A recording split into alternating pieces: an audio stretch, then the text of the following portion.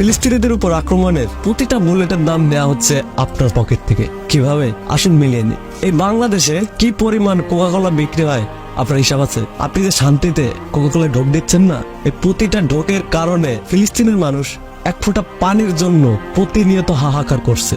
আর চালাক ইসরায়েল আপনাদের কিডনির নামে পানি খাওয়াচ্ছে, মানে আপনাদের ঠিক রাখতেছে। অত্যাচার যা করার হচ্ছে ফিলিস্তিনিদের উপরই। আর আপনার শিশুকে প্রতিদিন নেসলে কোম্পানির কত ধরনের যে প্রোডাক্ট আপনি খাওয়াচ্ছেন, সেই প্রোডাক্টের লাভের টাকা দিয়ে আক্রমণ করতেছে ফিলিস্তিনের নিরীহ শিশুদের উপর। ও, আপনাদের বাচ্চাদের তো আমার ম্যাগি নুডলস ছাড়া চলেই না।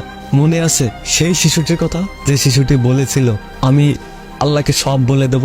তার মৃত্যুর পিছনে কি আপনি দায়ী নন?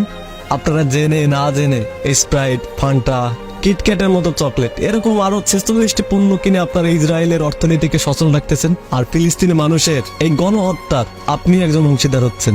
বাহ, সেই আপনারাই আবার ফিলিস্তিনি মানুষের উপর আপনারা সমবেদনা জানাচ্ছেন। আরে ভাই, মারতেছেন তো আপনারাই। আর আপনারা যে নেসক্যাফের কফি খেয়ে তৃপ্তির ঢেকুর তুলেন, সেটাও তো ইসরায়েলের পণ্য। আমি যেদিন থেকে জেনেছি ইসরায়েলের পণ্য কি কি, সেদিন থেকে মুখস্থ করে নিয়েছি তাদের সমস্ত পণ্য।